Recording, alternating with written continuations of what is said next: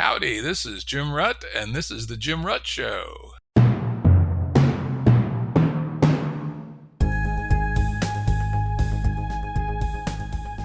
Listeners have asked us to provide pointers to some of the resources we talk about on the show. We now have links to books and articles referenced in recent podcasts that are available on our website.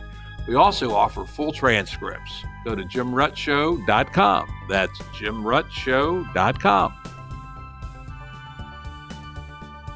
Today's guest is Forrest Landry, back for a part 2, basically extending and deepening our conversation from back on March 14th on EP 181. Welcome, Forrest. Good to be here. Nice to chat with you again. It's amazing. It's only been 17 days since we chatted last, but it feels like 100 years. You know, you have the concept of dog years, you know, that a dog year is 7 human years. I'm getting this sense that large language model years are something like 25 or 50 or 1,000, something like that. Because the day we chatted was the day that GPT-4 was released, the 99-page report, which I'd read in the morning. I hadn't actually played with it. Later, after we finished up, I played with GPT-4 a bit, and I started posting results on Twitter, and all kinds of stuff flew from that, and I connected with other people working in the field. And then, you know, again, this sense of, whoa, the API, I got access to the GPT-4 API through my OpenAI commercial account. I went back and looked, it was only 4 days ago, and I've already written 4 programs that use it, and I've come up with a scientific paper that I think will be interesting. We'll see. That is a new way to reduce the hallucinations. So it's like, whoa. You know, so I continue to have this truly liminal feeling about where we are that reminds me a lot of PCs in like 1979 and 80, where suddenly a shitload of stuff becomes possible and isn't even very hard. That's the amazing thing about it. And of course, we all need to keep that in mind as we start digging into some ways this might go wrong. Understood. Agreed. So how would you like to start? I mean, we can talk obviously about what has happened. Yeah, before we do that, let's do a little bit of a review from last time. Okay. I think, you know, one of the things that we may well talk about again, and I think we found a useful near center discussion last time, was what is Rice's theorem? Basically, it's an observation that from the content of a message or the content of a piece of software, a computer program, that we can't have some method, some algorithm, or some methodology that would allow us to assert for certain that some arbitrary algorithm or some arbitrary message had some characteristic feature. It's essentially an extension of the halting theorem, which says that if I had a program, can I determine by just analyzing the program whether or not it will ever halt, whether it'll ever stop? So the Rice theorem essentially is a bit like if we received a message from some alien civilization, for example, would we be able to assert that that message was something that would actually be good for us to read, or would it actually cause some fundamental harm to our society or our species or our civilization? And so, you know, we would like to basically assess the safety characteristics associated with an incoming message from an alien species. In the same sort of way, we'd like to assess the degree to which an artificial intelligence is going to be aligned or misaligned with human interests or with interests of life itself in a broad sense. And so there's a thing about, can we determine whether or not alignment is existent for a given AI system, and moreover, what sort of conditions would be necessary for us to establish that alignment is essentially connected to the Rice theorem. Well, the bottom line is that we cannot get 100% certainty about something like alignment or, frankly, any specific outcome, at least in a program that's complicated enough. Well, the thing goes somewhat farther. It's not saying, for example, that we can't get arbitrarily close to certainty. It's actually saying that, to some extent, that the answer to a question like that is unknowable using the tools involved. So in effect, it's stating a limit on what can be done with algorithms or what can be done with purely causal processes. So in effect, there's a notion here that it's not just can we get to anywhere near or approximately sure about an answer, but can we get any answer at all? So in other words, if we're trying to say, can we assert that such and such a system will be at least 95% aligned over the next 10 years?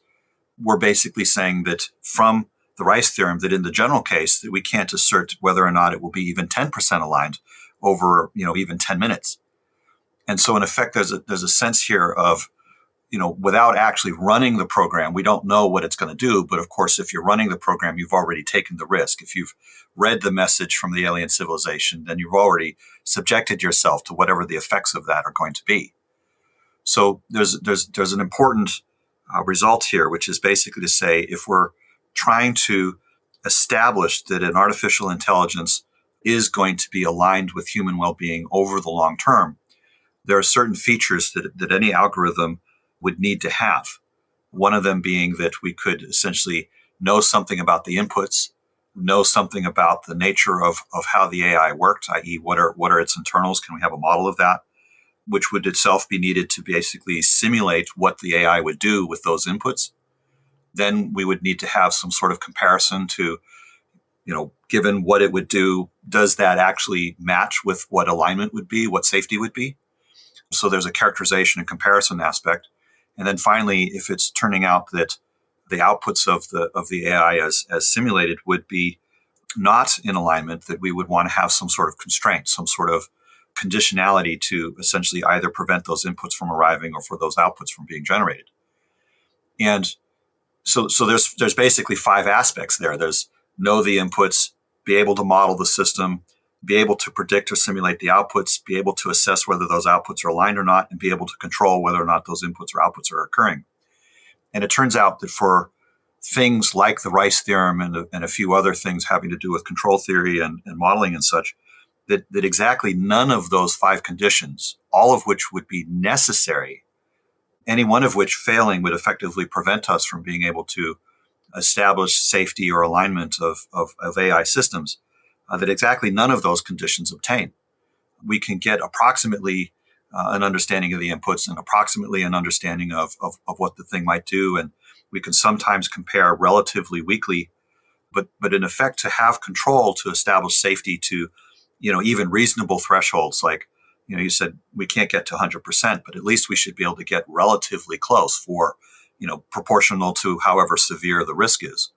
If we're looking at, say, a bridge or something like that, and you have trucks going over it and stuff like that, we would want to say, hey, we want to build the bridge so that the chances of something going wrong, even if there's, extreme weather, a lot of rain, a lot of snow and wind and so on, that even with heavy loads, that there would be enough of a margin of safety that it's really, really unlikely that the bridge would collapse and people would get killed. Similar with aircraft and things like that we want to establish at least a threshold that means that from an engineering point of view, that the systems are reasonably robust against most categories of hazards for most of the time that system would be used. The Federal Aviation Administration has gone through a lot of effort to assure that planes don't fall out of the sky or collide with buildings and things. So in the same sort of sense, it's not just that we're trying to achieve, a notion of safety. We're trying to exceed a threshold, a certain minimum threshold of being able to assure that over a reasonable period of time for when the systems are used. And so in that sense, for each of the 5 characteristics, input, modeling, simulation, assessment, and essentially constraint, that these each themselves need to be accurate or complete to a threshold, that they need to, in a sense, pass a certain level of capability. And so when we say that there's an absence of constraint, it's not only the case that it means that we can't ensure alignment or safety to those thresholds, but it means that we can't even achieve it for any of those 5 aspects to a degree sufficient to basically pass what might be the same sort of requirements that, say, the Federal Aviation Administration would use for a product like an aircraft being deployed in commercial or civil settings. Well, let me make a little distinction here. You mentioned bridges is a good example. I actually took a few civil engineering courses when I was a lad, and one of the things we learned is you cannot guarantee that a bridge won't fall down. Right? Design it to survive a Richter 11 earthquake right underneath it. Probably not. Design it to survive a 500 mile an hour wind. And then more subtly, the famous Tacoma Bridge that you see all the famous pictures of it twisting and getting into resonances and stuff. While you can play whack-a-mole and put all kinds of damping into a system, you can't quite even guarantee that you won't get a runaway harmonic from cars driving over the bridge. But what you can do is squeeze down the risk to the point where you say it's safe enough to proceed. So it strikes me that Rice's theorem is not particularly relevant, because even in something as mundane as a bridge, we can't get to absolute certainty about the safety of a design. And so rather than being a mathematics problem, it has to be thought of as an engineering problem. How would you respond to that? I would say the model of the bridge is actually very different than the model of the AI system and the constraints involved there. So in one sense, when we're saying, hey, we can converge towards a safety thing, we need to have certain predictability elements built into the design. So when we're doing the kind of calculations that are involved to say, assess how would the system respond under earthquake conditions or under wind conditions, would there be resonances, would there be the kinds of conditions that would cause a failure, we can actually assess things like that. So engineering has, for the kinds of equations that we're talking about with the stresses and the forces involved in a bridge, we have enough capacity to be able to predict the outcome. So in other words, we can model the system and kind of have an assessment as to the model and the actual physical system will behave in a similar way. Whereas when we're dealing with AI systems, we don't actually have models like that. We don't have the kinds of dynamics which would converge to a known state. It's a bit like when we're looking at infinite sum equations. There are some that will converge to a definite value, but once certain conditions are established, the summation doesn't converge. It doesn't have a definite value. The notion of having a definite value at the summation just turns out not to work at all. So in the same sort of sense, for the kinds of things that we're talking about with artificial intelligence systems, it's actually very different than the kinds of things associated with a bridge, because things like Rice's theorem say that not only can we not predict it, but we can't predict it at all. It's not that we're not converging on a thing or we're getting consistently better approximations. It's that we don't have any approximation. The system is, in a certain sense, fundamentally chaotic. And so there's a kind of inherent limit to the predictability itself, which is not tractable using the kinds of tools of algorithms and causal process that would work really well in other fields of engineering. And this is why, to some extent, this is actually pretty important, because we can say, hey, there are certain limits or certain thresholds of safety that we must achieve over certain durations. Like if I don't get the model at least approximately right, then it just isn't a pass. And so in effect, what the arguments are showing is that it's not like we can get arbitrarily close to certainty. It's that we have no certainty at all. We have literally no information about what the interior state of this thing is going to be at some arbitrary point in the future. Yep, that is true. On the other hand, we do have possibility of doing external ensemble testing in the same way we do automated testing on other complicated software, which let's say it's a large language model. You send it 1 million test probes and you see what comes out the other side. You get some sense of the statistics of the relationship between inputs and outputs. And I think it's particularly useful to think about that in the cases of these large language models, which are extraordinarily simple, right? They're feed-forward networks. They aren't doing any cycling back. They don't have any memory at all. There's a one pass through with a few little internal loops, but they loop once, then keep going. So they're remarkably simple. And you can even set I know on some of them, I don't know if it's GPT or not, you can actually set a seed number so that you'll get the exact same. No, you're not on GPT, but on some of the image generators, you can set a seed number so you get the exact same result every time with no stochasticity. And that, potentially makes, at least for this one class of technology, which everybody's kind of up in an uproar, the opportunity to do probe result testing at scale to get a sense of what the statistics are. Well, that does make sense, and I basically agree with the overall idea that you have. But there's a couple of things that we really need to be mindful of. One of which is that the dimensionality associated with the statistics. If I have a rough sense as to how to characterize the inputs to the system, and I basically am saying, okay, for this range of inputs, that this system will produce this range of outputs, then in effect I can characterize the input-output relation reasonably well. The trouble happens when, to some extent, there's the emergence of a relationship between the outputs and the subsequent inputs. So in any real world situation, for example, where like in the case of ChatGPT-4, obviously people such as ourselves who are collecting the output from the ChatGPT thing and saying, hey, this is really interesting. They make an article about it and it appears up on the web, which then appears as part of the crawl input for the next version of the ChatGPT. So in effect, the past outputs of the system can potentially become the basis for the training of the next system. So there's essentially a feedback curve that starts to emerge over time. And of course, this is a very slow acting process because, obviously the outputs are not necessarily being put back as inputs or put back as training material right away.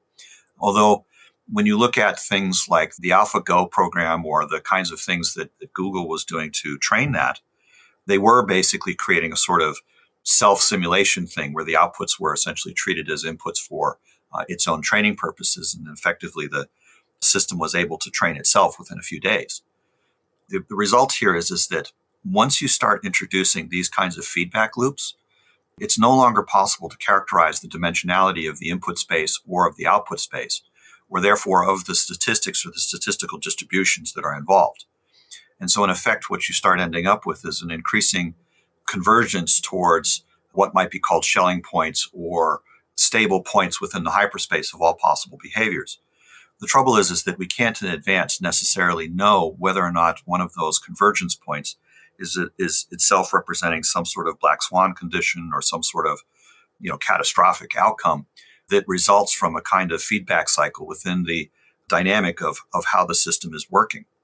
So in this particular sense, it's not so much that I'm worried about things like instrumental convergence happening and some sort of Flume hypothesis of, oh, this thing's going to take over the world and start turning us into paperclips.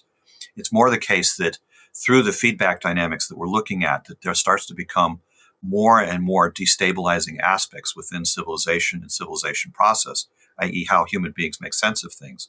And over time, a greater and greater displacement of humans from the loop. So in a sense, we start to see an economic decoupling. And then over an even longer period of time, that there's a kind of necessary convergence associated with the dynamics of how, and I'm saying evolutionary process, but I'm not talking about it as applied to biological things, but actually just as a mathematical model applied to technological things, which effectively compels the systems to essentially converge towards states or capacities, which effectively have as a side effect deep environmental harms, not just to humanity, but to life and nature itself.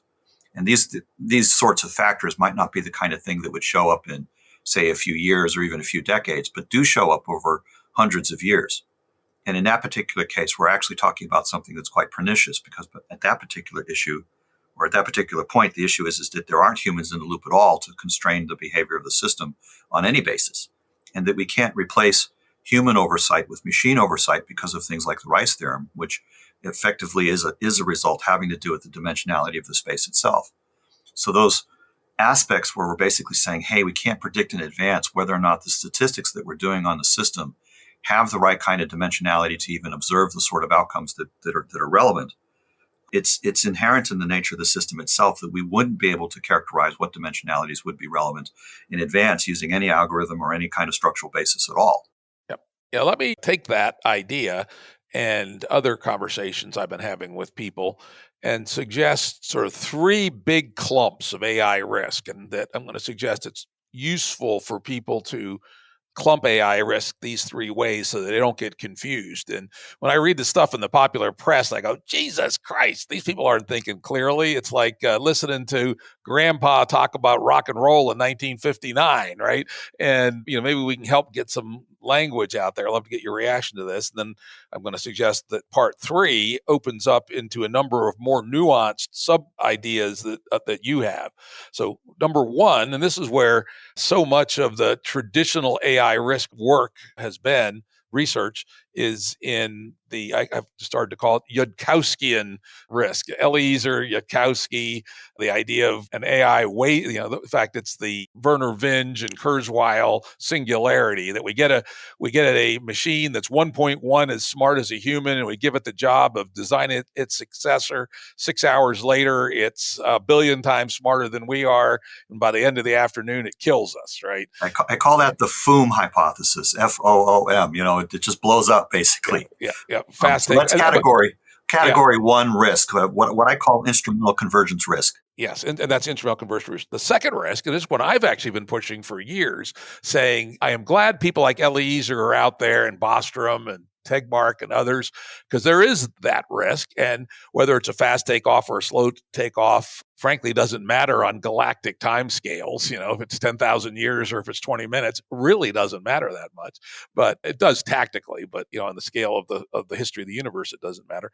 But there's a much earlier risk, which is people doing bad things with strong, narrow AIs. Right? Let's take, for instance, the surveillance state that's emerging in China.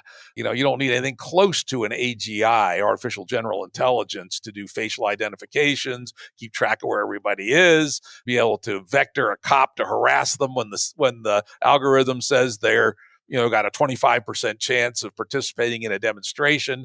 You could really build a state-of-the-art police state with the technologies we have today, which is probably a long way from AGI.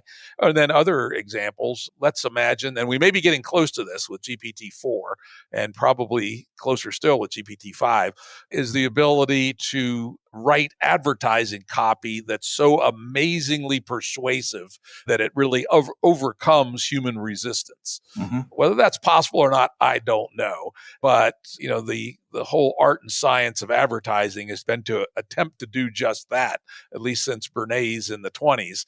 If our AIs are put to this task and specifically designed for this task, they could well get there. So that's class 2 of people doing what most of us would agree are intrinsically bad things with AIs that are far short of a Yudkowskian paperclip maximizer. I tend to refer to this class of things as essentially inequity issues. So in other words, everywhere that you destabilize human sense-making, everywhere you destabilize human culture, human economic processes, or social political processes, like using AI to essentially swing a vote for a given candidate, for example. So whether we're talking a totalitarian state or democratic one, or an economic process or an advertising process, or one subgroup gaining some sort of power over some other subgroup, that all of these things show up as inequity issues. And so I think of this as essentially being, as you're mentioning, it's sort of the second category of AI risk. But in this particular sense, it's a fairly broad one because it attaches to both narrow AI and general AI. Yep. And then the third, and this is where I think your conversation has been helpful, and other people are starting to see this too in different ways, is that even if we were able to have a regulatory book to avoid the worst of the obvious bad, narrow AI things, and somehow we convince people not to proceed to create the first class, the paperclip maximizer that's a billion times smarter than we are, there's a third risk, which is that these AIs are increasing the rate and increasing the capacity of a series of players that are already on a doom loop. The so-called meta crisis, the fact that so many of our businesses and nation states are caught in multipolar traps where they're forced essentially to respond to each other's behavior by doing more and more bad stuff. AI could be thought of as an accelerator on that whole system.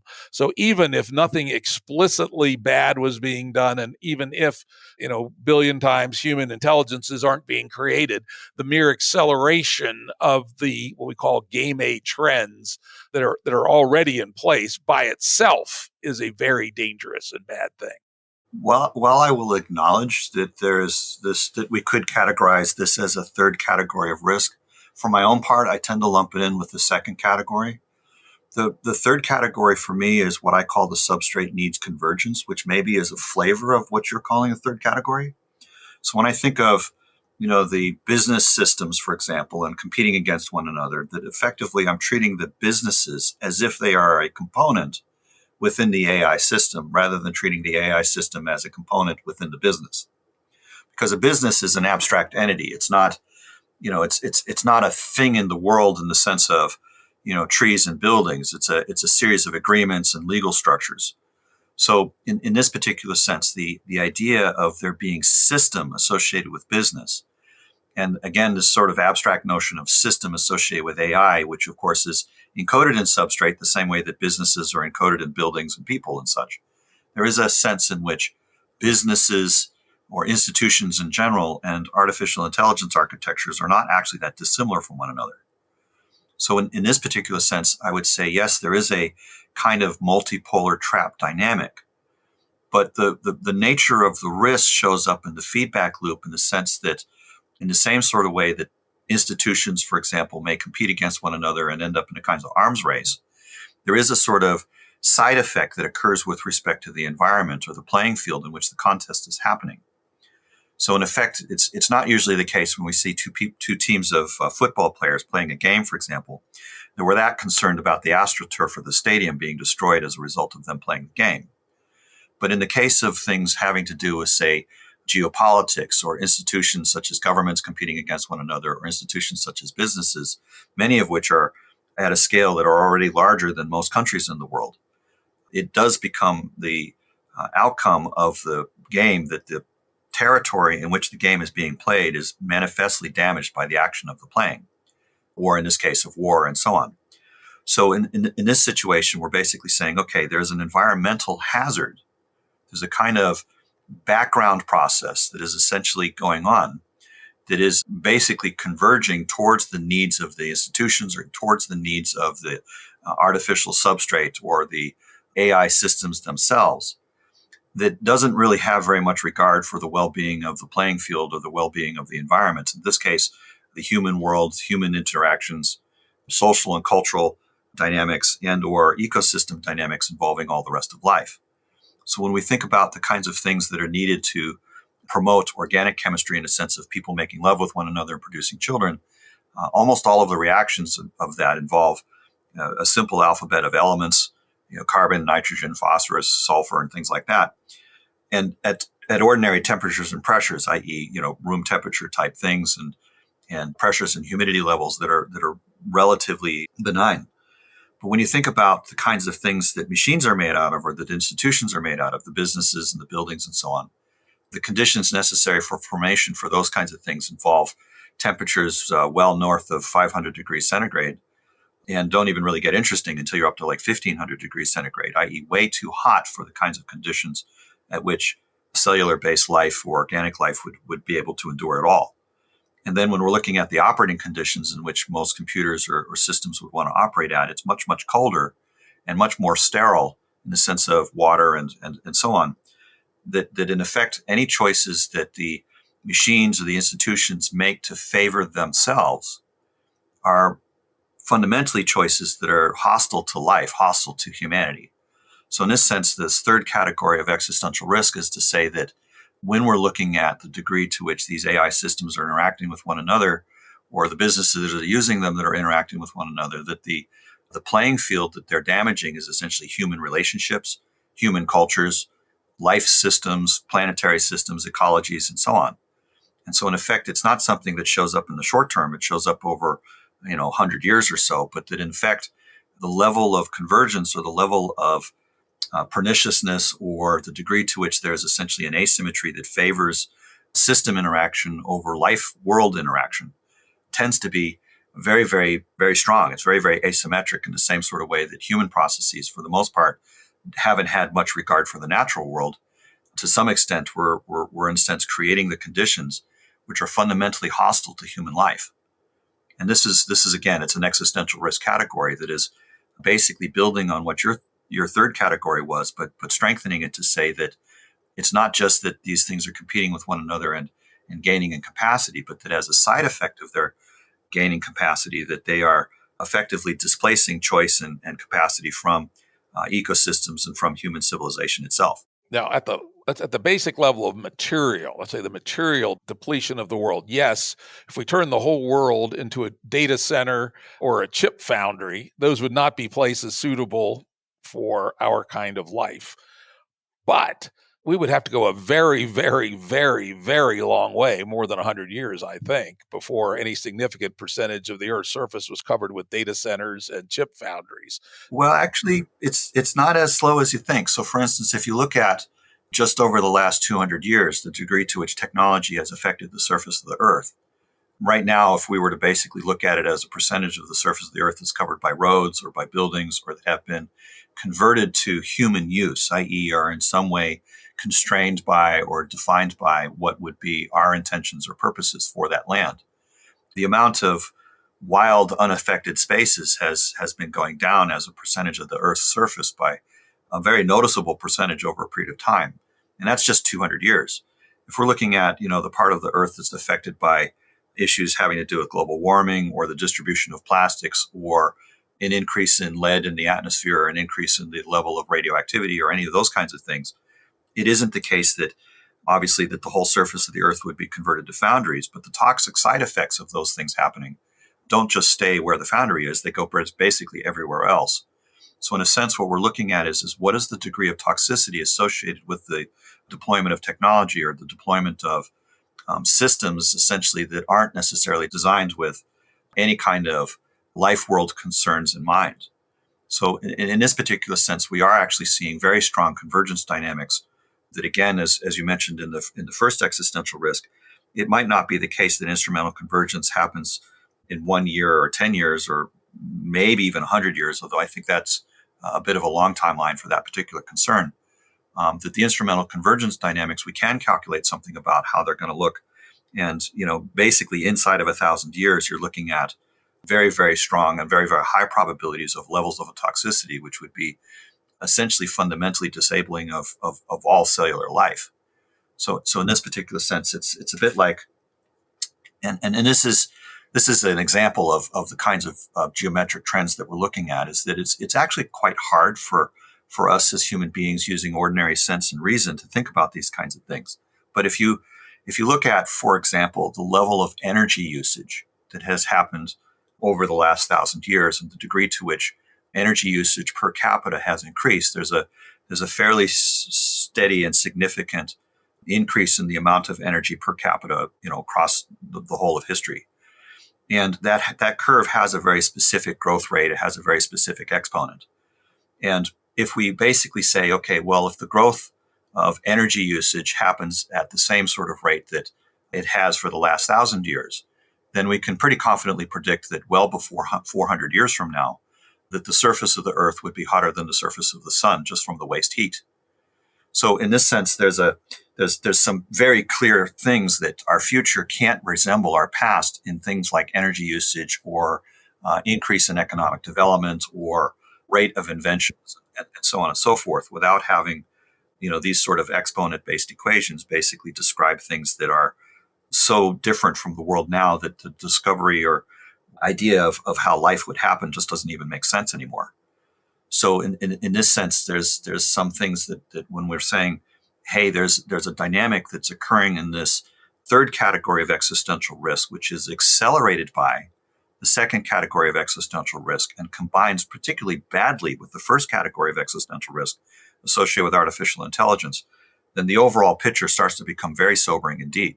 Yeah, I'm still not sure I buy maybe my vision isn't out far enough. The environmental degradation from our IT children, because we look at where the real environmental degradation has occurred, it's absolutely dominated by agriculture. A relatively low tech, though getting more tech activity. That is what's killed off the species. That's what's made us and our mammals and our mammal servants like cows and sheep and stuff outweigh all the other mammals about 20 to 1. It's agriculture, and agriculture operates on a vast scale. And, if you had, say, a second thing, it's roads and cities, right? And they're, again, not near as fast as agriculture, as it turns out. If you add up land use, it's a small percentage compared to agriculture. But the area under pavement, let's say, is really, really big compared to any imaginable, maybe it's just the lack of my imagination, cluster of data centers and chip foundries. Sure. We'd have to have a whole lot of growth in, there's only a few hundred chip factories in the world. They probably fit in less than 100 square miles. And, data centers bigger than that, but, I don't know, they probably all fit in 1,000 square miles. And further, and this is hugely important because this is perhaps part of the remediation path or the heading off at the pass. Is you talk about these exponentials. Yeah, you can exponentials keep going up until they don't.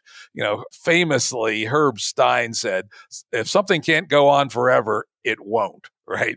And this is the essence of the Game B critique of Game A, is that Game A was built to drive exponentials as rapidly as possible, and which worked fine in 1700 when the world's population was 650 million and the average human was generating on the order of a few hundred watts of power per person.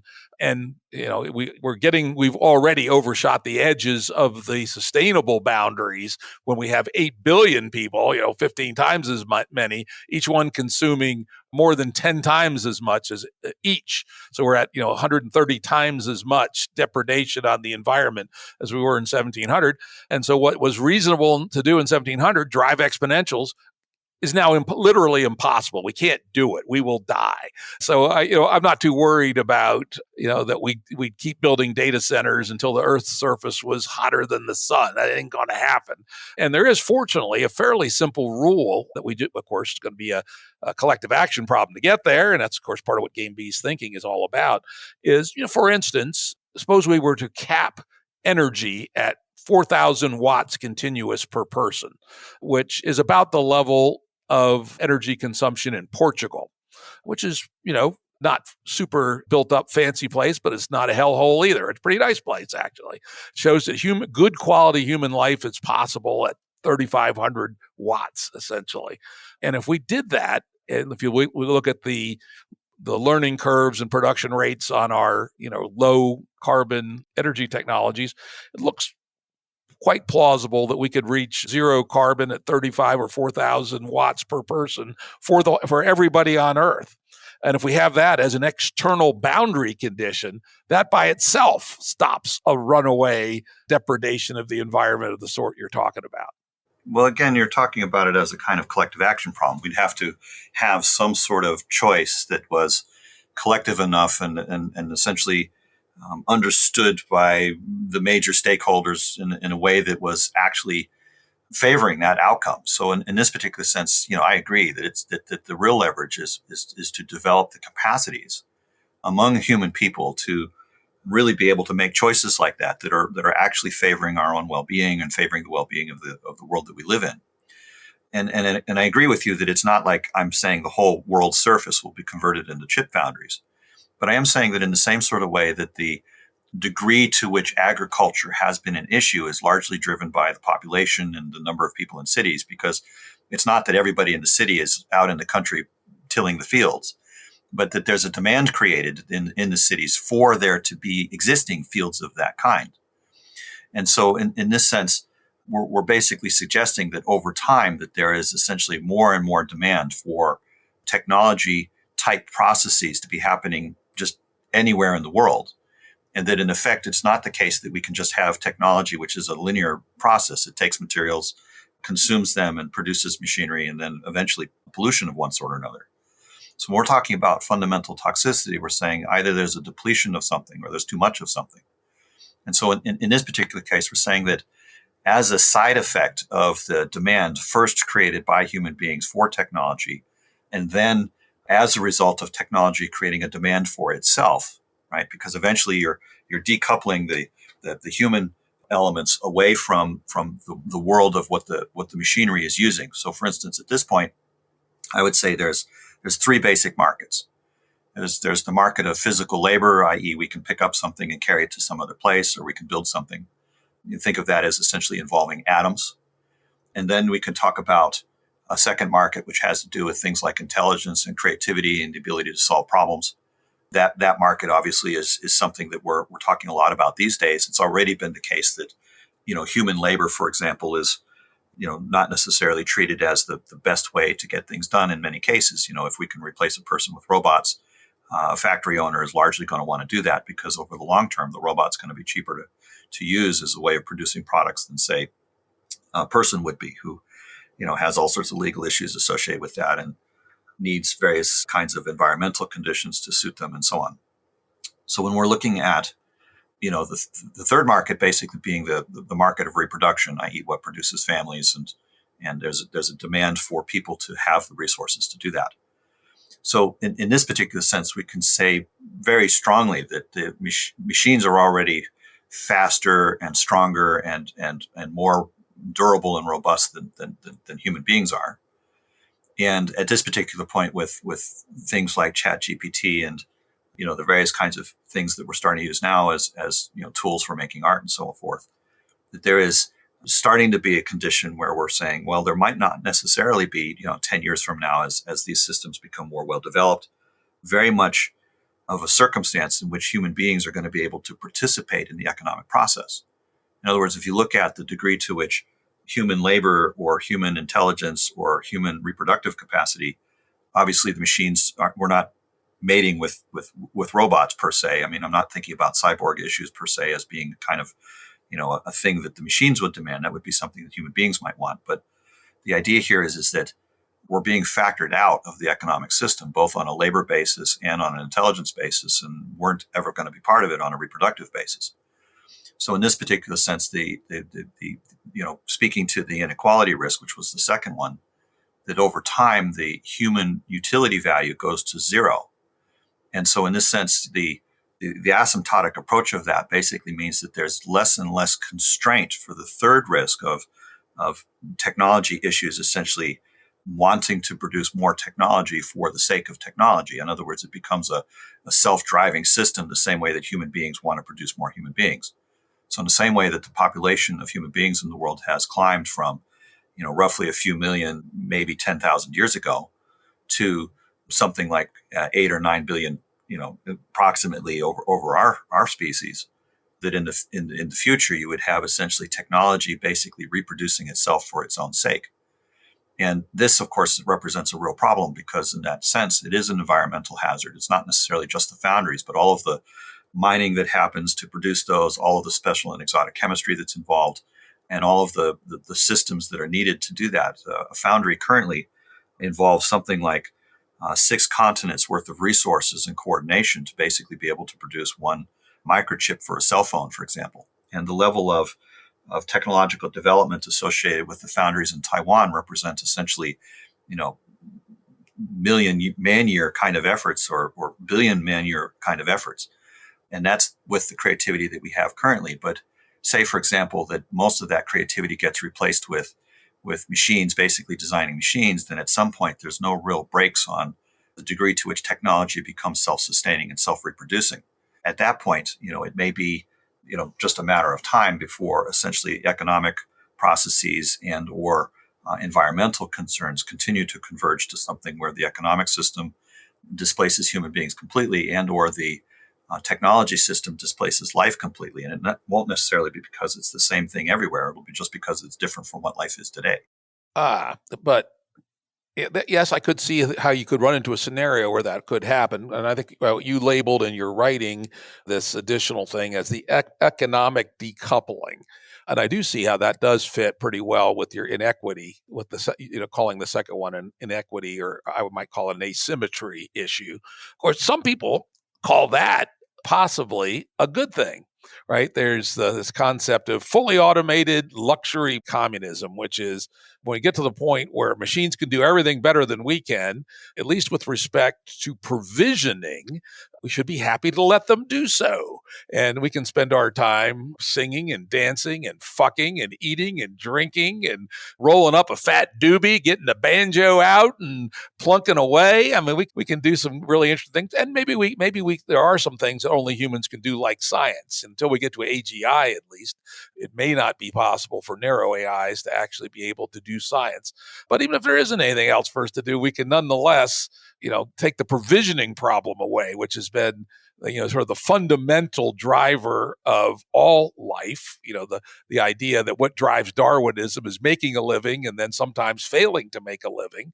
And then in human cultures, it's been, the provisioning question wrought more at a higher level where we had famines and die-offs and people conquering other people and stealing their shit, etc.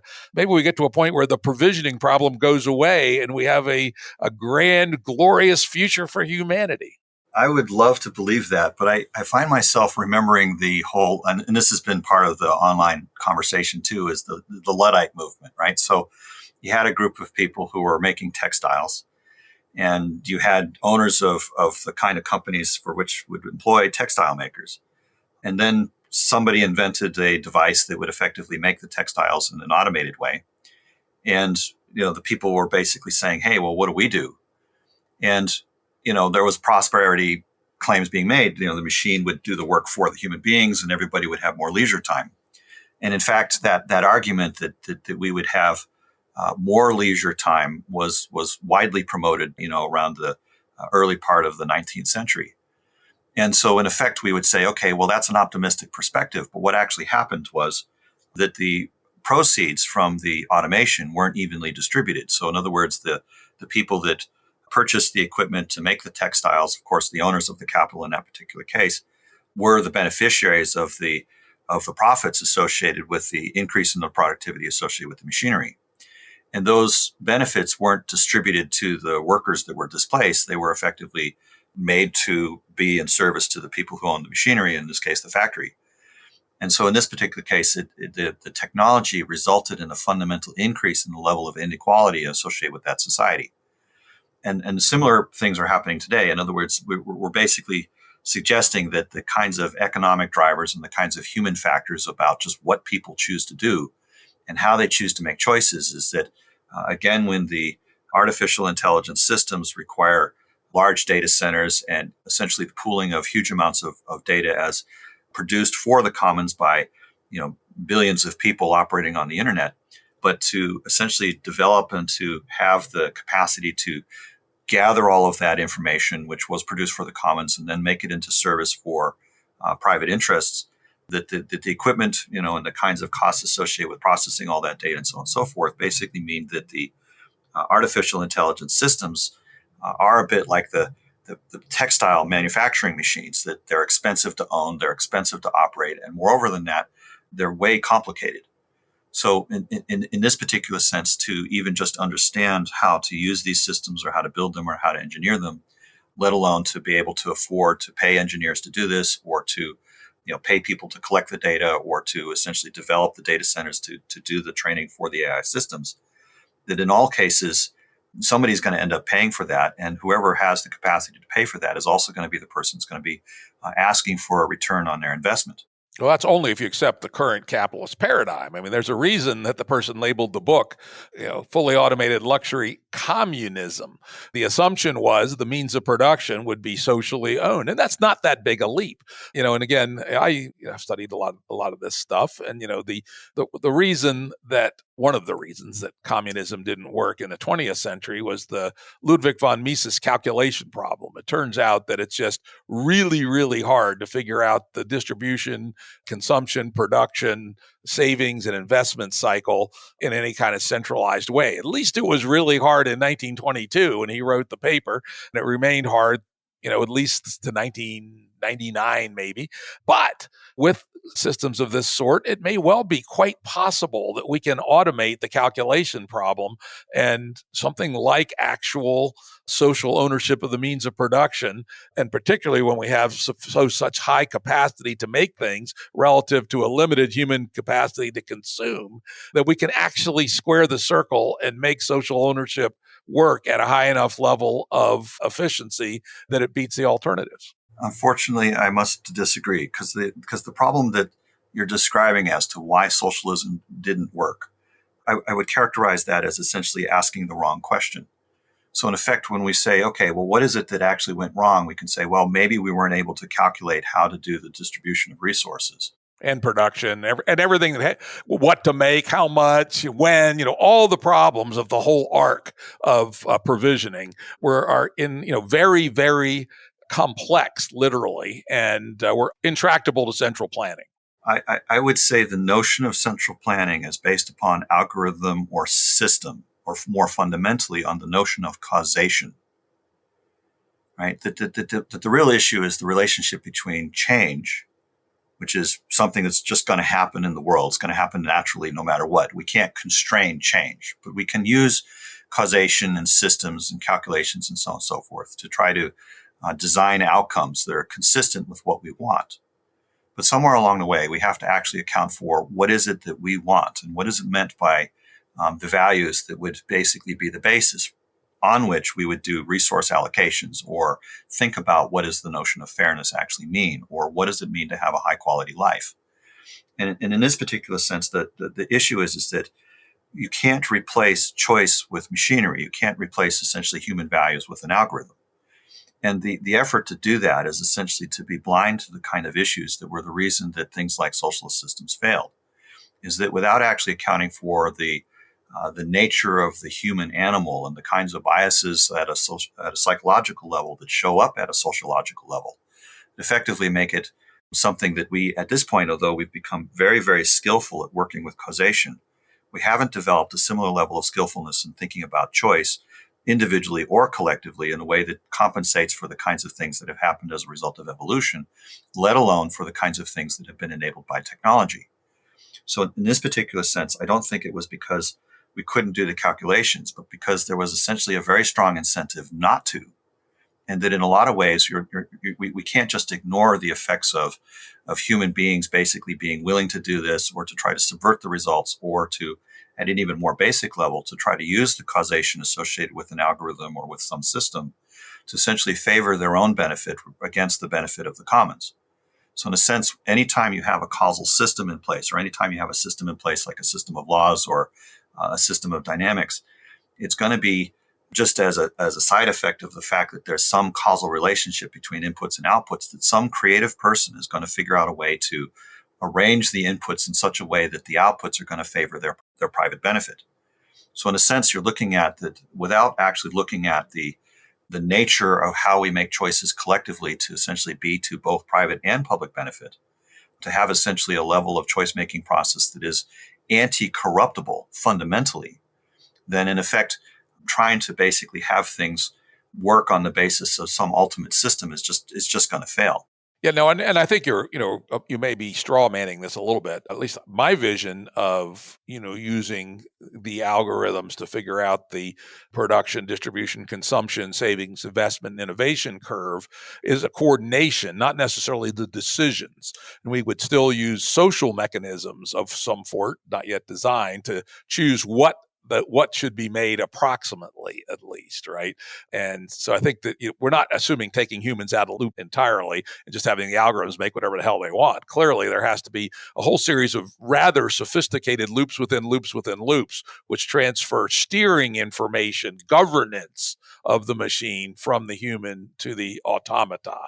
And I think that's a very different thing than what you were using there. I might describe as a bit of a straw man.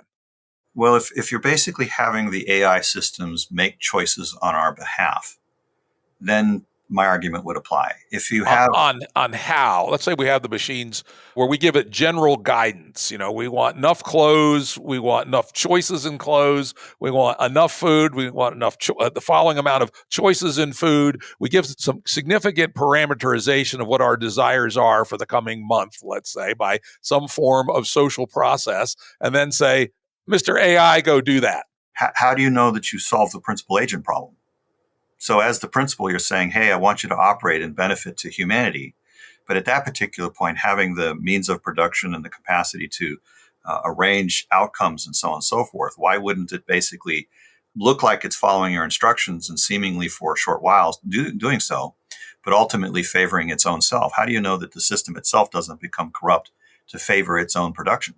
You'd have to certainly watch it very carefully. Unfortunately, that's one of the good things about the coming world. It's also a bad thing about the coming world is we will soon have radical transparency about everything, right? We'll be able to see what's going on minute to minute. And if the system starts to diverge, we can intervene. Well, again, once you have visibility of that particular kind, it represents a kind of power. And so now we're basically saying, well, who has the power? And if they have the power, then effectively they have the option to affect the thing in a conditional way, i.e. the causal processes is being applied. And anywhere you have causal process, then I'm just going to re-raise the argument about how do we know that that causal process isn't going to favor the choices of some minority over some majority? So in effect, anywhere that you have causation that can be leveraged in service to the choice of some and against the choices of others, that's fundamentally what a weapon is. A weapon is any process of a person using a causal system to suppress the choices of some other person. And so in effect, when we're looking at technology itself, it's creating essentially a high level of causal dynamics, right? In the same sense you were saying earlier about that there are linear systems, they take inputs, they process them, and they produce outputs. In a certain sense, we can even regard a lot of the ones that are existing today as being deterministic. But that just basically means that, the people that are controlling the inputs or that are designing the systems to some extent are investing those systems with their own agency. They're investing those systems with their own desires for the outputs to be shaped a certain way. And so in this particular sense, you can ask the same question. I might be able to type into a Google search bar a query term, and it might produce search results that are coming back. But how do I know that the search results that are coming back aren't just favoring some corporations over others, or some advertisements or some candidates over others? So in effect, the system seems like it's operating with respect to my interest, but it isn't actually. It's operating with respect to the interest of whoever's paid to have this particular link promoted over that one. And so in this particular sense, I'm saying that AI, to the degree that it becomes more and more intractable or inscrutable to human understanding and human interest and so on and so forth, then the degree to which it can become in service to corruption of various kinds increases without limit.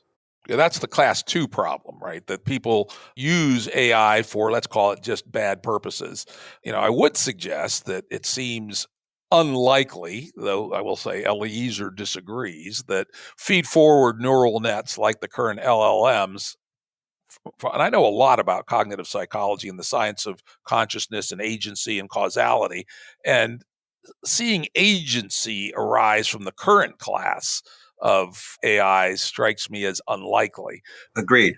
And that gets you to the third level. And again, this third problem, which is AIs embedded in what's already a corrupting and difficult system of multipolar traps, people trying to exploit each other, et cetera, is where the real danger comes in. And this is where we're about to pivot to another part, which is talking about what we do about this. But before we do that, I realized I forgot something, which is you made a great point last time, something I had never caught before, which is this class 3, let's say multipolar traps, corporations, militaries, et cetera, armed with decent but not overpowering AIs, potentially have a ratchet effect that could easily lead to, through the multipolar traps essentially, to creation, accidentally or on purpose, of the type 1 risk, the Yudkowskian, fast takeoff brain. Why don't you talk about that a little bit, and then we'll switch to civilization design.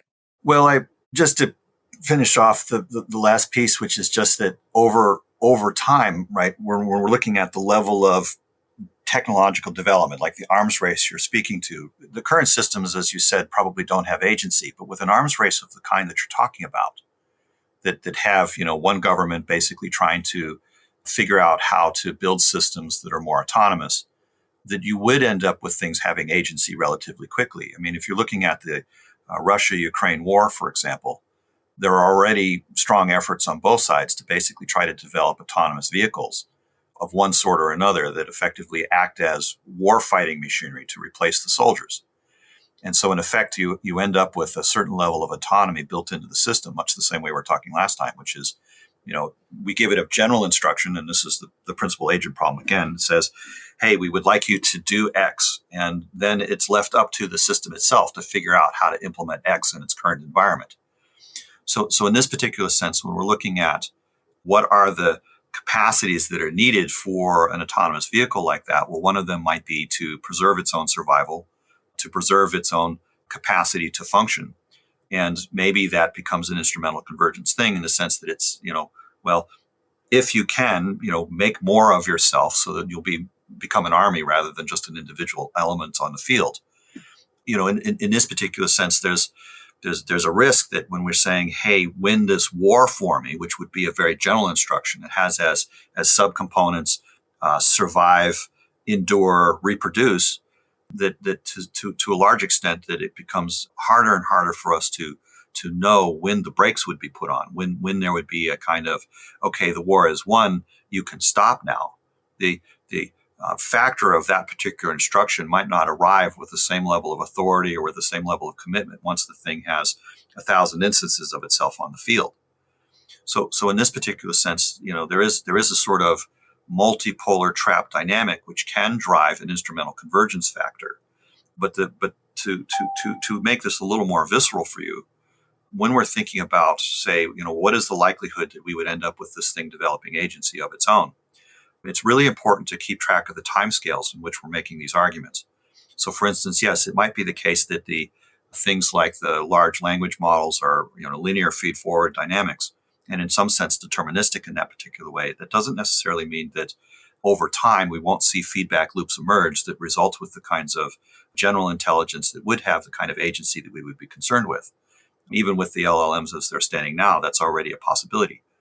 When we're looking at, say, what is the rate at which the capacity of these systems is increasing, and again, we're going back to some of these geometric curves that we mentioned earlier, we can start to say, okay, well, how big is the human brain? We know that's a general agency thing. And obviously, for whatever we would think is the meaning of consciousness or intelligence or agency, that clearly something like that is going on in individual people. And in this particular sense, we could say, well, okay, well, how powerful are these large language models? And what is the rate of increase given Moore's law and various analogs of that as shown in terms of the rate of manufacturing capacity or the degree of miniaturization and so on. So in this sense, we can say, okay, given current trends of technology development, which of course, we don't know if Moore's law might quit at some point or another, but just that given current trends and economic drivers and so on and so forth, there's a large number of reasonably well-calibrated reasons to basically say that the compute power and the complexity levels associated with these large language models or analogous systems of whatever type that are developed for intelligence will be at the same level of compute capacity as associated with an individual human brain or a large collection of human brains, probably by 2035 at the latest, and maybe considerably sooner than that. So, for instance, if we're saying that the artificial intelligence systems that we're building have basically no gain, no efficiency increase or no capacity increase, or can't be designed in any more efficient way than neural networks and wetware, that in some respects we're saying, okay, as the outside most conservative effort as to when equivalence would be achieved, it would be well before 2035.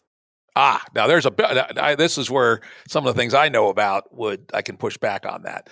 Things like agency, consciousness, the nature of cognition. I haven't made any claims about that. I'm just talking about sheer bandwidth. That's it. Okay, good. Because I was going to say its architecture matters a lot. And you can have all the bandwidth you want, and if it's not organized in a certain way, you're going to have a completely different kind of cognition. So, okay, let's say it has the pure power of a human, and we're probably not far. I would say by 27 or 28, we'll be at the point where we have the computational bandwidth of a human relatively easily. When I say 2035, I'm being really conservative, right? Yeah, I think 2027 is what it looks. 2027, 2028. Because even take today, you're more optimistic than I am. I get it. the H100 NVIDIA tensor box, right? You put them on a super high speed switch embedded in the context of not that much actual CPU, because you don't need that much linear CPU with all this other stuff. I get it. You could build, but anyway, but pure bandwidth is not the same as the equivalent of human capacity.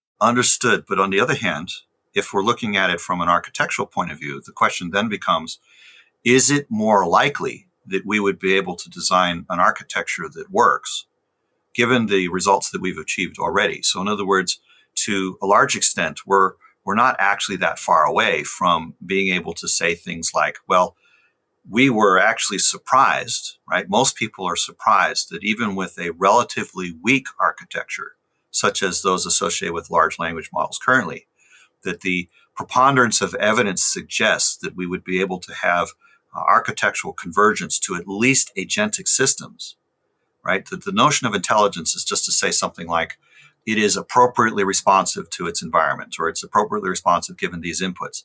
That's already happening, right? The next question becomes agency, and I don't need to care about consciousness. Of course, Right. as a metaphysicist, I could speak to the issue of consciousness in ways that may be surprising for a lot of people. But leaving that aside, we can basically point to the notion of, is agency a thing that happens? Well, actually, surprisingly enough, it's already happening in a large extent because, for example, for any code that is produced for an app that's on your cell phone, whose agency does that express? It expresses the agency of the developer, and then as a secondary thing, the agency of the app user. So in effect, the notion of software, the notion of code as an embodiment of the agency of the developer is already happening. So in effect, there's a sense here in which when we think about the idea of writing, for example, we say, well, the writing encodes the meaning of the author, that software and code encodes the agency of the developer. And so in this particular sense, when we're looking at large language models and such like this, it's no longer clear where the agency is coming from, but it's still there. It's still a system that is impressible with agency. It just happens to be the agency that is, at this moment, partially a combination of the developers of the large language models and partly a result of, the sheer number of people that wrote all the text that's being used as an input for the training model. But in this particular sense, it would be naive to say that there's no agency in the system. It's just that at this particular point, it's implicit and latent. Well, and particularly, let's take the class 3 risk, where the agency comes from all the players, right? And the AIs are enablers of the players. So even if the AIs have no agency themselves, the emergent memeplex, the egregores, as people call them, obviously have something like agency, in the sense that a corporation's maximizing profit, makes a whole bunch of decisions about that constantly in a very distributed fashion. And so at that regard, the class 3 risk agency is already there as part of the complex architecture that is. Well, there's three agencies involved, right? There's the agency that is essentially the people that are using the system, the leaders and the owners and the ones that are effectively trying to create inputs in the sense of what do we want the distribution of resources to be. Then you have the agency that was encoded in the system in a latent way by the data inputs of the large language model, of the developers of the large language system that are training it to try to have, as existing with ChatGPT, for example, that if you ask it a question about some controversial topic, that it won't give an offensive answer. So to some extent, there's already a large effort on the part to shift the agency of the system or shift the capacity of the system to produce answers that are consistent with the agency of the developers. So in this sense, the system, again, is an encoding of the latent agency of the developers. So that represents the second group. The third group basically being the people that are affected by the outputs of the system, in this case, the general public. So if we're looking at some, say, future, I'm going to throw the word utopian hypothesis about what might be a perfect Marxist system and so on and so forth, I'm going to basically start off with a fairly high level of skepticism, because the level at which the agency of the rulers and the owners, the level of the latent agency in the system itself, and the level of the agency of the public, the general, membership of that union, for example, these are not going to be equal and not going to be equally represented. There's going to be essentially a surprisingly large amount of latency in the second class held within the machine itself, and very, very little of the agency of the general public represented. And unfortunately, it will seem for a period of time that the agency associated with the leaders of the people that are putting the inputs to the system as to quote unquote, what is the utopian society, they will believe that they have agency at first. But because of the dynamics of the system itself and the feedback loops that are involved in it, based upon substrate type arguments, we can basically say that it converges to the case where the agency of both the first and the third class converges to zero in favor of all agency accumulating in the machine itself. And this, again, is over the long period of time. This isn't something that happens overnight, some sort of Fum hypothesis. I have to admit that I'm somewhat skeptical about that hypothesis of we give it 0.1% over human advantage and overnight it's going to turn into some sort of super singularity, super intelligence kind of thing. My feeling about the convergence argument associated with instrumentalism is, yes, that could probably happen, but it'll probably take a lot longer, maybe a decade or two. And at the very least, even if that doesn't happen, The instrumental convergence thing is shown to be inexorable. So in effect, there's now a thing of, well, what sort of things can we do to prevent this happening? Yeah, okay. That's we went a little further here than I wanted, but it was some great stuff. So I'm glad we did it. But now let's pivot to just exactly this question. I'll point out, you said the rulers, the people. I mean, those are institutional design questions, right? We don't have to have a system of billionaires and oligarchs and such. We don't. I mean, that's what we have. It's a frozen accident. It's where we're at today. But there's these were not brought down on these systems. The Federal Reserve banking system, fractional reserve banking, were not brought down from Mount Sinai by Moses. All this shit's relatively recent human invention. In fact, almost all of it in the last 300 years. So let's roll up our sleeves here and think a little bit from a civilizational design perspective in the face of this risk that we have drawn in great detail. How should we be thinking about how to design a civilization that can survive this risk and can indeed take advantage of it to prosper, or take advantage of it to some degree and prosper? This is a broad enough question that we might need a third interview in order for that to be articulated even reasonably well, but I can give some hints. That's the maybe we'll see how this goes. If it does, we'll come back for a third round.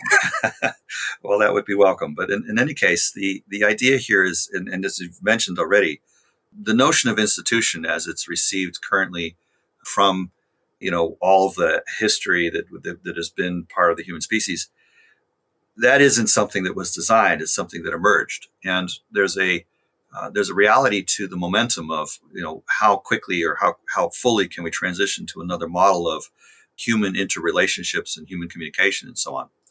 But the one thing that I can certainly point out is that this really goes back all the way to the emergence of cities and the invention of agriculture and how that changed human interrelationships.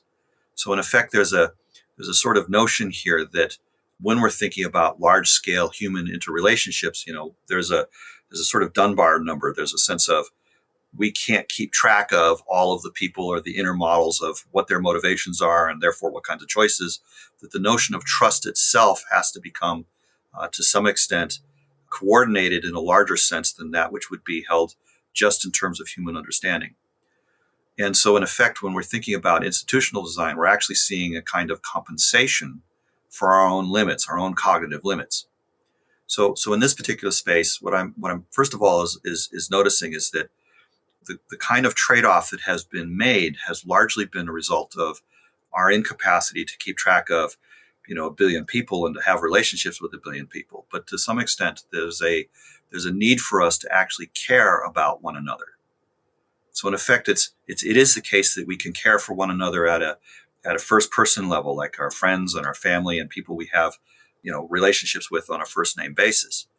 And that in effect, when we're talking about economic systems or exchange systems or dynamics of resource allocation and so on and so forth, we're needing to basically think about civilization design in terms of these sort of ultimate notions of value and care. They're not the kinds of things that are currently well represented in institutional design, because institutional design, again, trying to minimize the degree to which we had to care, of course, replaced relationships that were, say, intimate between partners, for example, or between mother and child, with things that were hierarchical or defined by roles and procedures and dynamics of one formalized kind of another. In other words, we used causal methodologies to essentially solve the problem of human coordination. Yeah, but what I like to say about that, way I describe that, is that since Accelerate around 1870, we have given up on the Dunbar number face-to-face community as our major source of security and provisioning. That was very human, very warm, or cold, but it was very human and was high dimensional, et cetera, and replaced it with two lower dimensional systems that are very cold and unhuman. On one side, the market, and on the other side, government. That's right. In some sense, that is what has happened over the last 150 years. I would have said hierarchy and transaction as being the two things, and government and institutionalized religions and so on and so forth. And similar to yourself, though, but at a much earlier date, I would have said that the rise of the city state. So go back to Samaria, for example, and the first places where you had cities of any scale larger than a few hundred people. Yeah, well, again, and it's actually been going on since that time. But anyway, so let's move on. And let's now try to ground it in the discussion of AI. So take these principles of what civilization design needs to do, and how would we? I mean, again, I realize we're sketching here with construction crayon on a brown paper grocery bag. This is not CAD CAM design by any means. Let's think about. Let's throw out a real one. A couple days ago, a open letter was put out calling for the big boys to stop training any models more powerful than GPT-4 for the next 6 months, just as an example of a out of the blue attempt by some fairly prominent people in the AI space to say pause. I personally don't think it'll happen. I did sign that letter, interestingly, but for a contrarian reason, which is I would like the open source large language models to catch up with the big boys. And a 6-month pause by the big boys will not affect the little boys because they're not yet up to GPT-4. And so at the end of 6 months, if the open source boys are up to GPT-4, it reduces the chance of winner take most outcome from the big boys. But anyway, that's neither here nor there. How do you think about civilization design with making some kinds of decisions about this otherwise inexorable growth in power of AIs? Well, as I mentioned, I'm thinking about it in the sense of how to actually have care relationships at scale.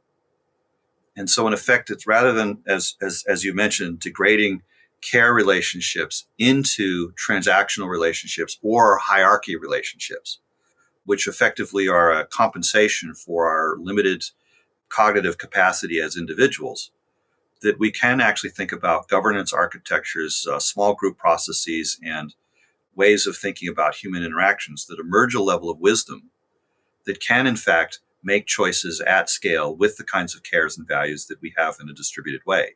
So, in this particular sense, probably an insignificant difference to most thinkers in this space, I do think it is possible for human intelligence to be effective at making wise choices at scale in a way that is genuinely reflective of the health and well-being of all concerned.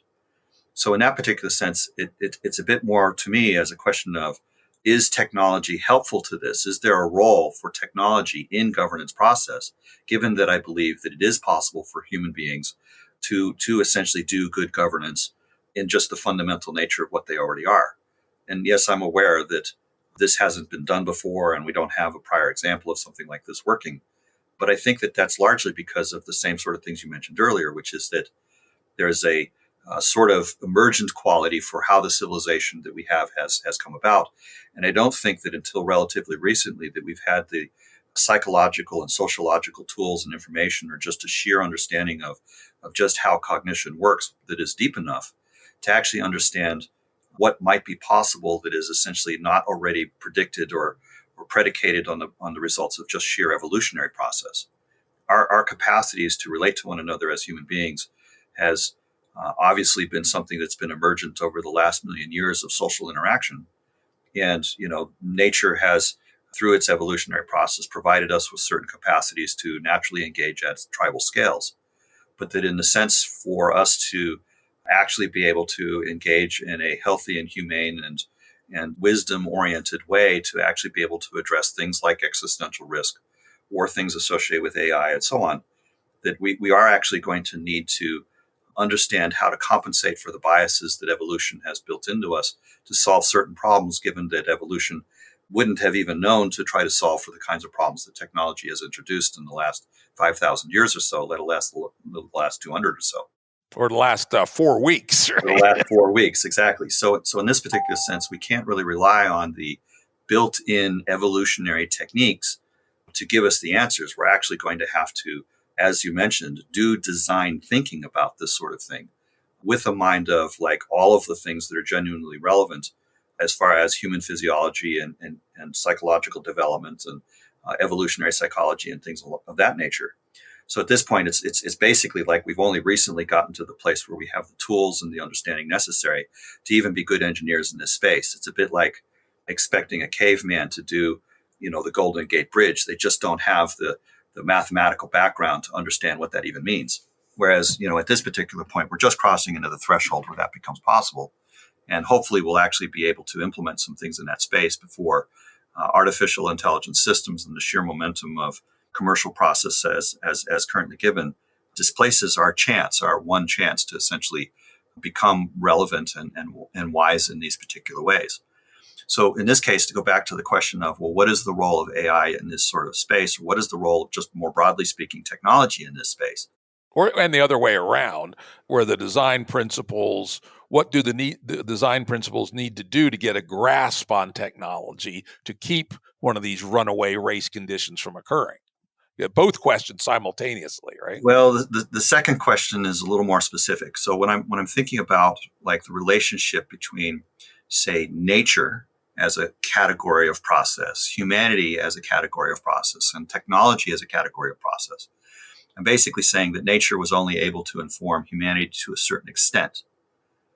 And so in this particular sense, if we're thinking about what is the right relationship between, say, man, machine, and nature, we're wanting the choice-making processes that humanity is making with respect to what happens with machinery and how it affects nature to be one of effectively enabling nature to be healthier, to be more capable of actually being nature, and humanity to itself be more capable of actually being human. So in this particular sense, we're looking at a sort of forward cycle in the same way that nature has supported humanity, and humanity is currently supporting technology, that we need technology to support nature.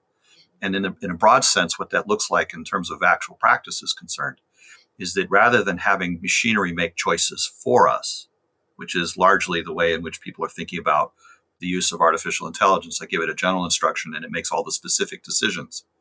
In this particular sense, what we're really looking to do is to compensate for the kinds of things that would have been biases in our choice-making process. So our biases, for the most part, are heuristics that evolution has built into us to deal with situations that would occur naturally in the world. If I hear a stick break and my first response is to crouch or to hide or to defend myself against the possibility that that was a signal of a tiger, 99% of the time that's the right response, even if there's no tiger there. So in this particular sense, there's a sense in which those heuristics have been super helpful for us up until this point. What got us here won't get us there. And so there's a sense in which we now need to make choices which are not structured by biases, not structured by heuristics, but structured in terms of actual grounded principles. And the grounded principles themselves are going to be the kinds of things that emerge from a deep understanding of human psychology, a deep understanding of social dynamics, and a deep understanding of things like the fundamental relationship between choice, change, and causation. So in this particular sense, the tools or the intellectual capacities that are provided by, in this particular case, a certain category of metaphysical thinking allows us to understand the relationship between choice, change, and causation fundamentally, and therefore to be able to say something productive about what is a good relationship between man, machine, and nature. Okay, so I can certainly see that. And, this sort of fits pretty closely with the game B view that we have to learn, and not just learn, we have to do living in balance with natural systems, and in fact, actually give back considerable room to natural systems. We have trespassed beyond sustainable limits on natural systems, and having technology help us do that is a good thing. Exactly. So we're effectively using technology to correct the damages associated with technology. So in effect, we're compensating for the toxicity that has already shown up. So in that sense, if we went cold turkey and stopped all technology usage the world over, nature would just be disabled, right? It would have already suffered the harms of all the things that have happened already. So in this particular sense, we're saying, okay, we want to use the right level of technology that has essentially a healing impact, because obviously just even all of the human beings trying to do this stuff, there isn't enough energy, there isn't enough capacity just in our bodies to heal the ecosystems that have been damaged by technological usage. So in this sense, we're saying, okay, we want to step down the level of technology a little bit to correct for the past usages of technology, to restore not only the capacity for ecosystems to thrive, but also for human cultures to thrive, for human beings to be living in a fully embodied way. But this doesn't resemble something that has come from the past. It doesn't resemble a capitalistic system. And sure heck, it doesn't resemble a socialist system. It doesn't resemble either of these in the same sense that neither change nor causation represents choice.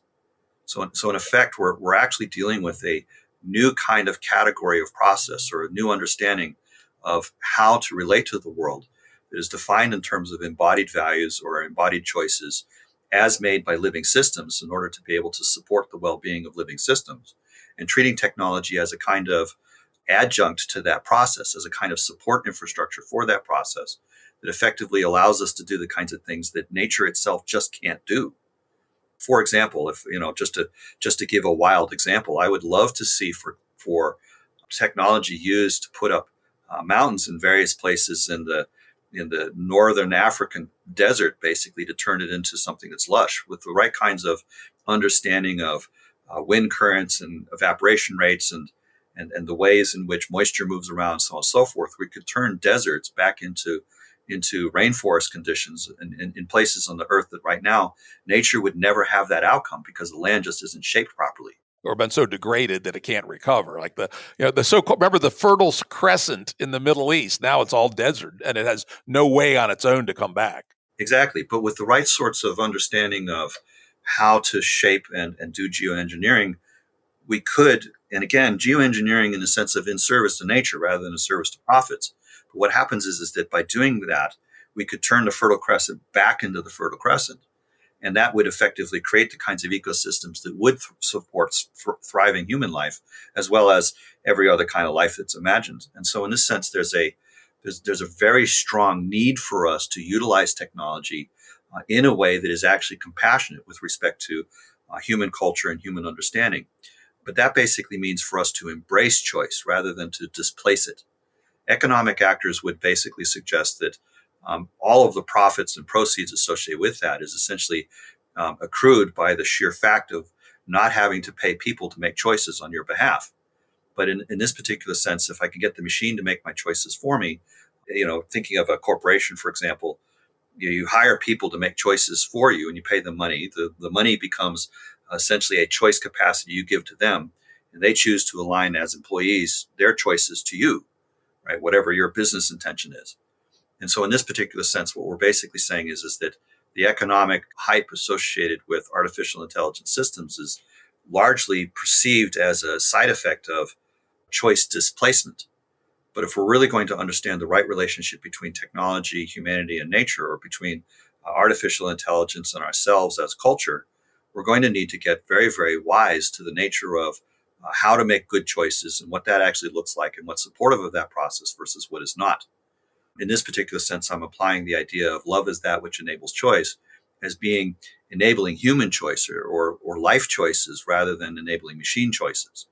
And so in this particular sense, while it might be the case that in the same way that with the loom, for example, that the labor associated with individual people basically doing grunt work was displaced, and obviously that's a good thing, if we don't think about the nature of the choices being restored to them, right, rather than just accruing to the owners of the machinery, we're going to see a replay of that same dynamic. Lots of hype being made, the hype being used to essentially authorize the production of these machines being owned by the ultra wealthy and the most capable people, and ultimately the benefits and the proceeds of that production capacity, whether it be of ideas or of things in the world, accruing basically to the few and not to the many. And at that point, you're going to end up with increased economic dysregulation and or eventually war. Oh, yeah, my favorite is that at some point, I think we're actually very close to that point, people just say, fuck it, there's nothing in it for me. Let's get the guillotines out, right? And I think I'm going to be talking to some really rich fucks next week, I think it is, or the week after. Amazingly, somebody hired me to give a presentation to some of the richest people in Europe. And I'm going to start with a picture of a guillotine and a black swan walking up to it. Oh, man. And I'm going to say, people, you're thinking about the right tail of the power law distribution is way inadequate, right? We are definitely within the range of a measurable probability each year that the guillotines come out. And so, and that's not a good way to do a social transition, but it has happened in the past. And there's a chance that if the powers that be don't change, it could happen again. So anyway, I'm getting a little out of control here. So let me calm down a little bit. The other reaction I wanted to say is that your vision reminds me a whole lot of Tyson Yunkaporta's concept of humans as a custodial species. that we have got too much power for too long and we can't just walk away, even if we wanted to, which we don't. We have a duty to use the power we have to make the earth wonderful and beautiful again.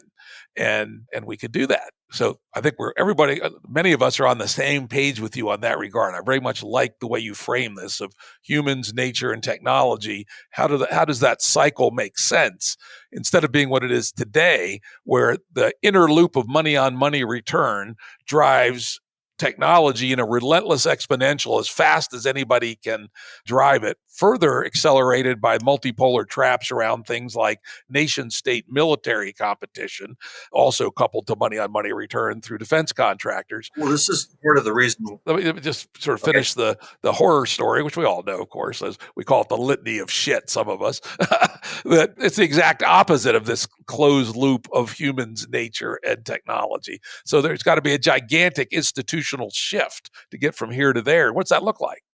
Well, this is part of the reason why I was mentioning distinguishing between institutions and communities. Institutions are going to be basically based upon transactional relationships and hierarchical process, whereas communities are always going to be based upon care relationships. So if it's basically a group of people interacting on the basis of their care for one another, then in effect it's legitimate to call it a community. But in this sense, to speak to a little bit about what you were calling institutional change, we do need to speak a little bit about to why that happened. Like, how is it that we arrived in this circumstance? Like, what is fundamentally the thing that occurred that made it so that the things that are happening are actually happening? And part of that has to do with what might be thought of as social psychology or psychological process, like how we individually make choices. Because in the same sense that we have individual biases in terms of how we evaluate the relative safety or danger of a particular situation and what our responses would be, we are driven by relatively basic needs, food and shelter and sexuality and things like that. So in a sense, when we're thinking about how to coordinate choices to actually favor, the vitality of the commons, essentially to do the governance thing of protect the land and the people, or better, to help the land and the people thrive, that we are in a sense needing to understand the ways in which our individual choices can oftentimes be co-opted by literally biological process. And so this is why I was saying earlier that I do see that there is a kind of way in which we become more discerning and more attuned to the kinds of things that would allow us to develop the wisdom necessary to make choices in this space. But to some extent, that basically means things like not getting involved in the cardinal sins, rage or the sort of gluttony kinds of things that are largely defining interpersonal relationships at a social and political level currently. So in this sense, I'm basically saying that part of it is that individually and collectively, we need to get a lot more savvy about how we each individually make choices and whether those choices are genuinely reflective of our embodied values. And so in this particular sense, there's a large level of unconsciousness with the way most people make choices.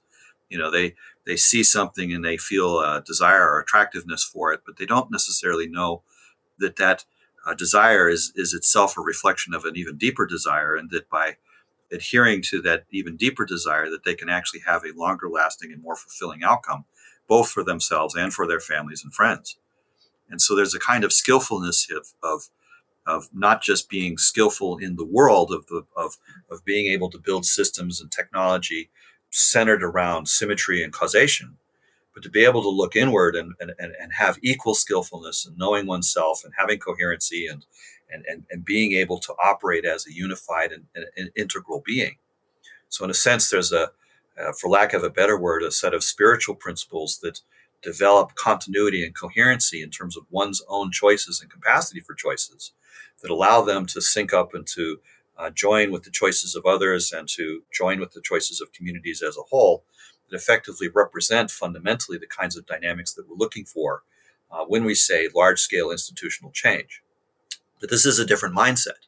So in effect, we're now having to think about how to bring people into the awareness of what does that feel like and what does it look like, and what are the techniques by which this sort of discernment is developed, and the ways in which we can become more aware of our communication processes in terms of how they facilitate things like sense making.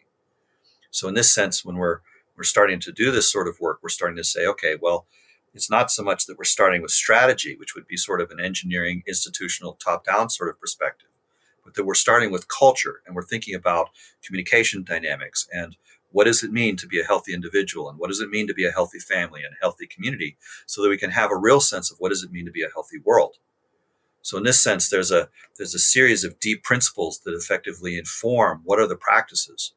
And those principles are as much reflective of what's going on inside of our psyches as something that's going on outside of ourselves. And of course, as we're both aware, there are groups of people starting to make a little bit of traction on these issues, right? And we're very early. We don't know what the hell we're doing. It requires a lot more experimentation to figure out where theory and practice come together. But in any case, it's very, very early. It's a few 100,000 people probably at most, and that may well be being very generous. And yet, we're talking about Chat GPT 5 or GPT 5 being here in a year, and something that we can't even imagine by 2027 or 2028.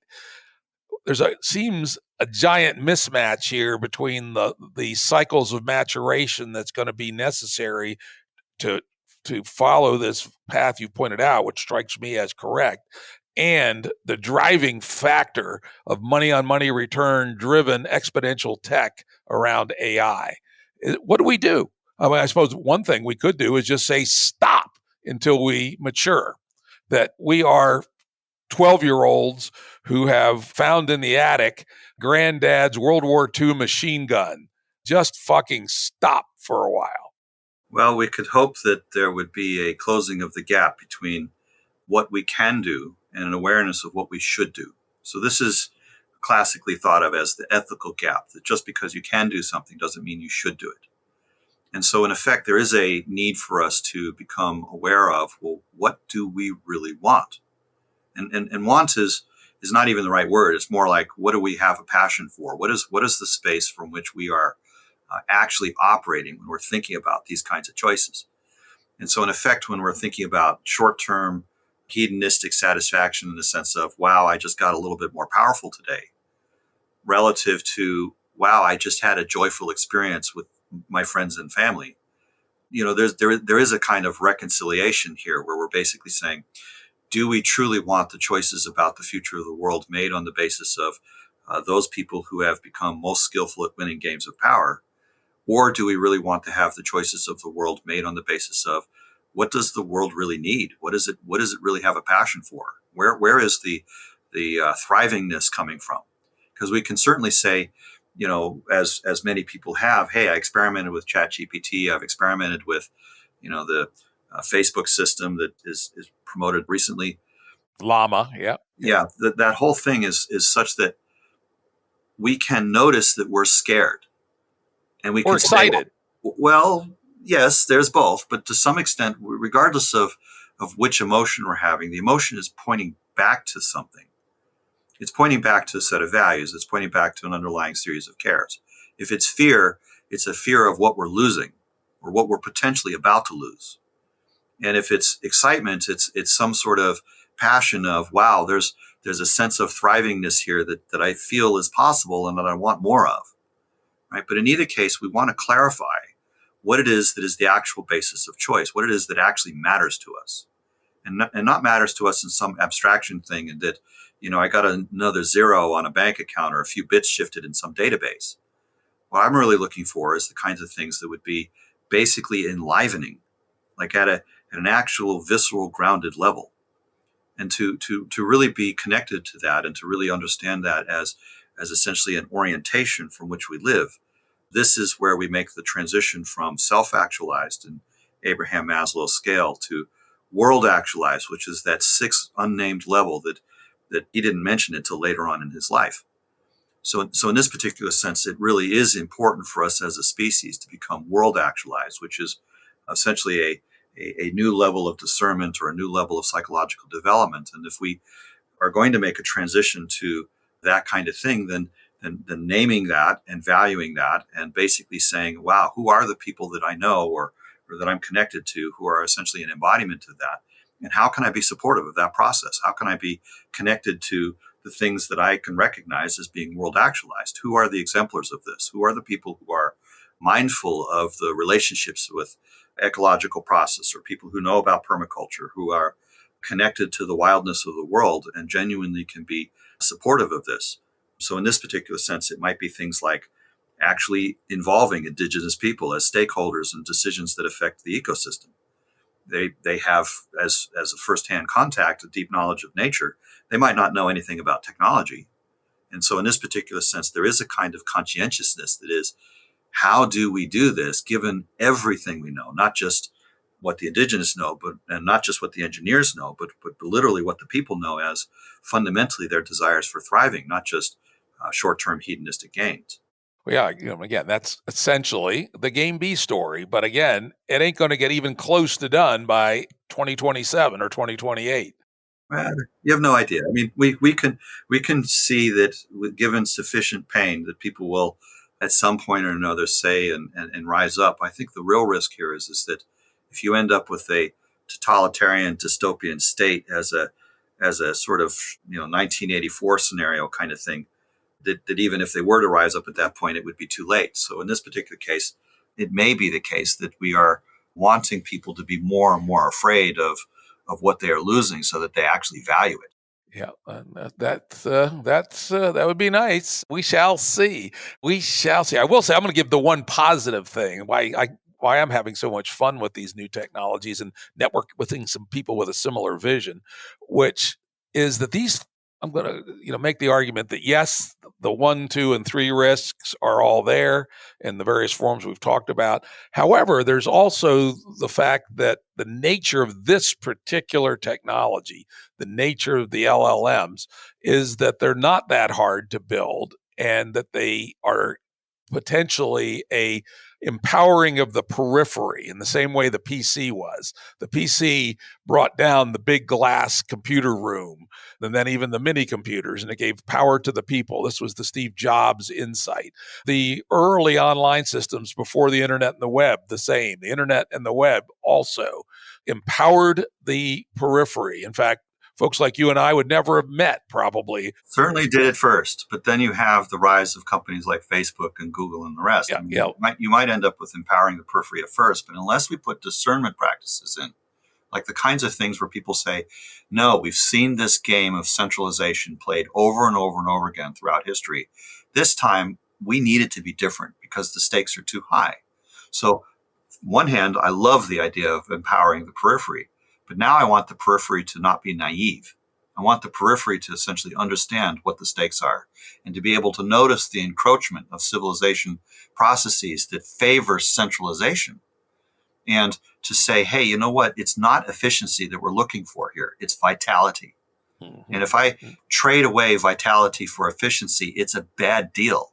And I don't want someone to convince me that it's a good deal. So those people that currently feel disempowered because they were laid off recently from their tech jobs, or larger segments of the artist community, for example, which were basically recognizing that their economic viability has been shifted very recently, that in a lot of ways we're now needing to essentially be much more conscientious about the basis of our choices.